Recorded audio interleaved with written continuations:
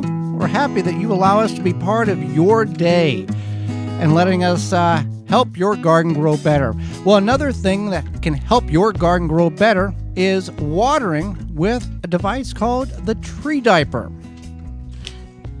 Before Tree Diaper, watering trees, shrubs, and bushes were not your favorite job on your property. Let's be honest, but with Tree Diaper, it's not really a job. Tree Diaper is a revolutionary watering system that slowly releases stored rainwater when plants need it. The Tree Diaper is filled with water from rain or when you water and slowly releases it over 3 weeks. No pipes, hoses, or electricity needed. Whether you're a first-time gardener or advanced, Tree Diaper will improve the way you water your plants. Every time it rains, Tree Diaper recharges. Made in the USA, you can check out all the sizes available at treediaper.com. That is treediaper.com. Now, well, I'm going to tell a little story. Yeah, we've been gardening on the YouTube channel for about 10 years now. We started about 2010. And Story time. What's that? Story time. Story time. And the problem that we ran into was we had several years there that was phenomenal. Rained every third day, couldn't keep up with the produce coming out of it. And there was years where couldn't get rain for 12 weeks at a time, it seemed like. And we did not have a water regimen. We didn't have a schedule. And when we watered, we didn't water adequately or accurately, and the plants suffered. So we're going to talk about how to watering correctly, getting the most out of the watering in which you're putting on your garden. And the main and number one here is that was the deep dark tunnel we talked about before the break. Oh, the deep dark tunnel. About the tragedies of the underwatered plants that we have.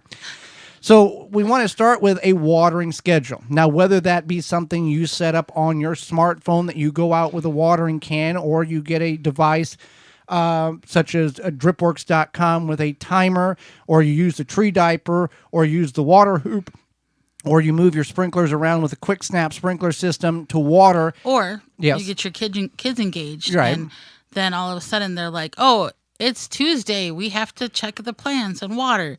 And then they get conditioned to help you water. Well, with those tools, Tree Diaper, DripWorks, Water Hoop, Quick Snap, they can also utilize those tools in the garden as well. Our water schedule is each day, when we haven't set it up yet, but during the summer months, it's 3 times a day, 8, noon, and 5 for 20 minutes at a time. And it's on a drip system right at the ground, so the water gets right to the plants. And typically most of those systems are under a mulch, whether that's shredded paper, leaves, grass clippings, or straw, so that holds the moisture in. So the soil has always moisture available, and the moisture, you want it to damp sponge, which allows the nutrients to be uptaken by the plants, so you have happy plants and productive plants. Right. So that's the important part. You want to water consistently, which is part of the watering schedule. And I think that a lot of people think that, oh, it rained this morning, so it should be good. And you don't know maybe how much it rained.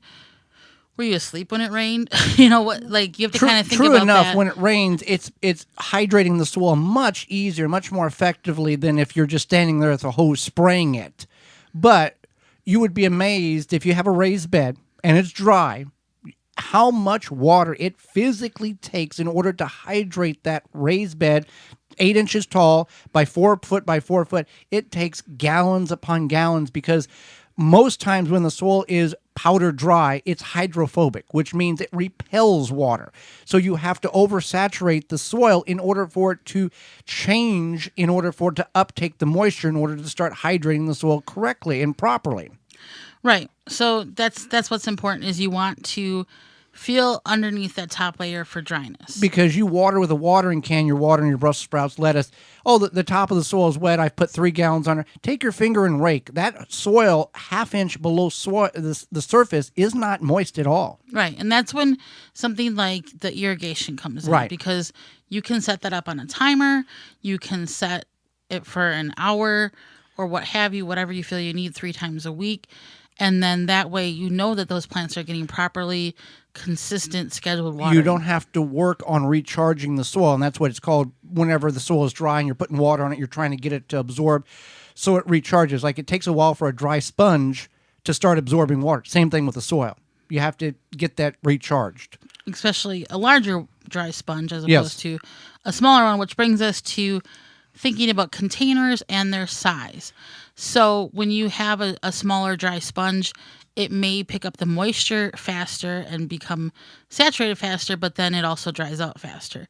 And that's something to think about with containers. So you want to water them once thoroughly when you see the water run out of the bottom, then water your group of containers, come back and water again, and then you know that is a thorough watering.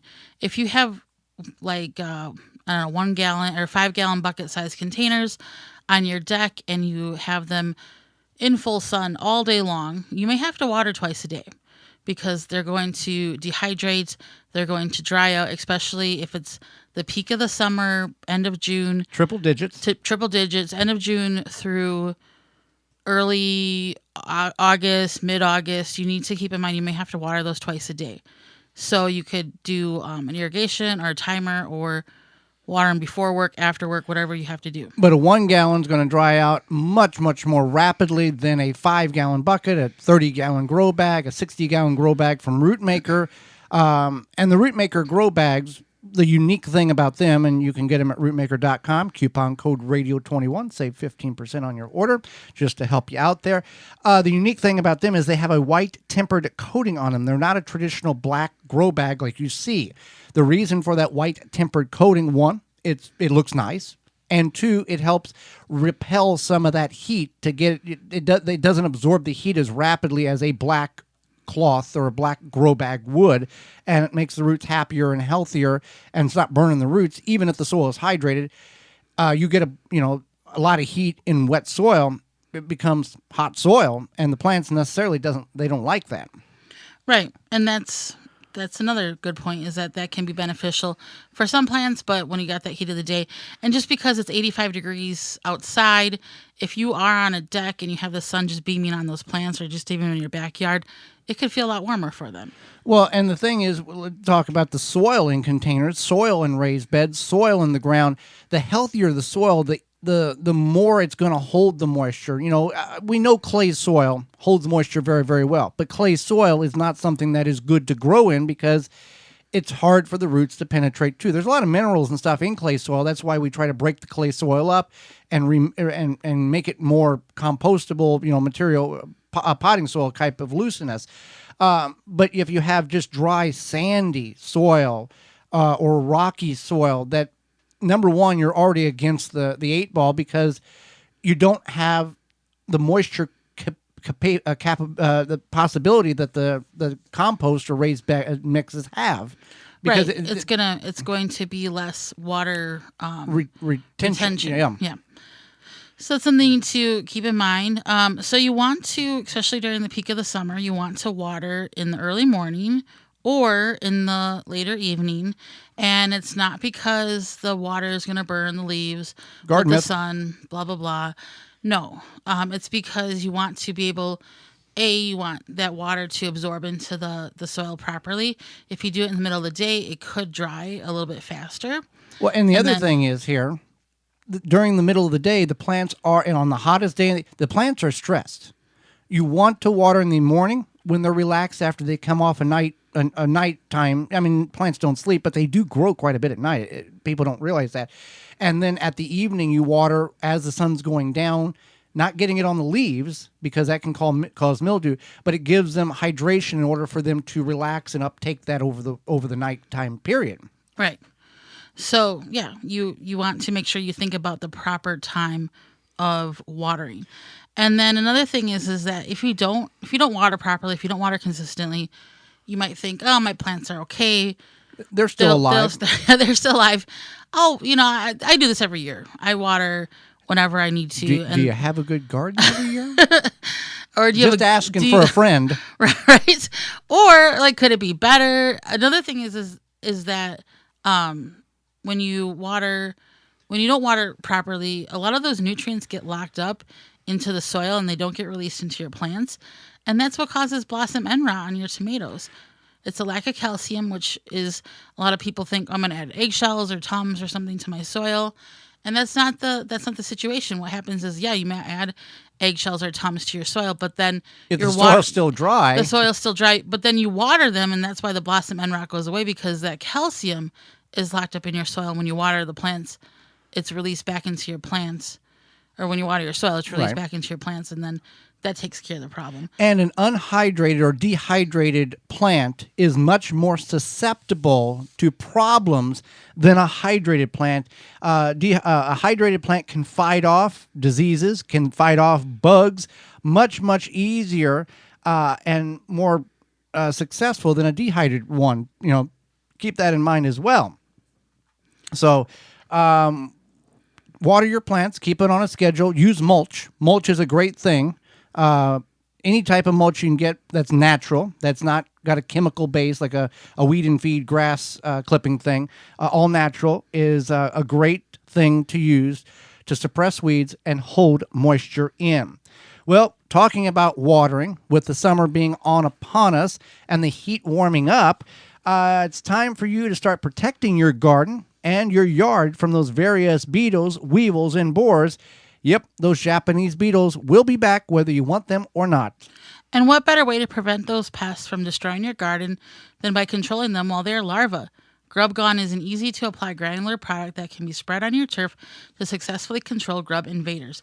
Developed by Phylum Bioproducts from our natural occurring bacteria, Grub Gone is a non-chemical BT product that specifically targets only certain scarab pests, and it's safe to use around bees and other beneficial insects. And if you've already got those beetles flying around your yard, several of you probably already do, Beetle Gone is the choice. It is an organic water dispersible powder that you can spray directly on your edible plants.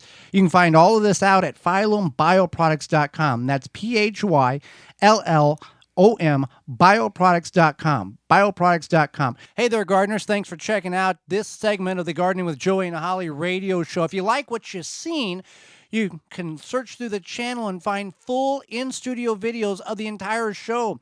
If you want to go another route, you can search for it on your favorite podcast platform by searching the Wisconsin Vegetable Gardener radio show or the Gardening with Joey and Holly radio show, and you can download it and take it with you. You can check out all past seasons at our website, thewisconsinvegetablegardener.com, under the radio tabs at the top of the page. We thank you for joining us. We hope you've learned and enjoyed the show, the segment, and we'll see you next time.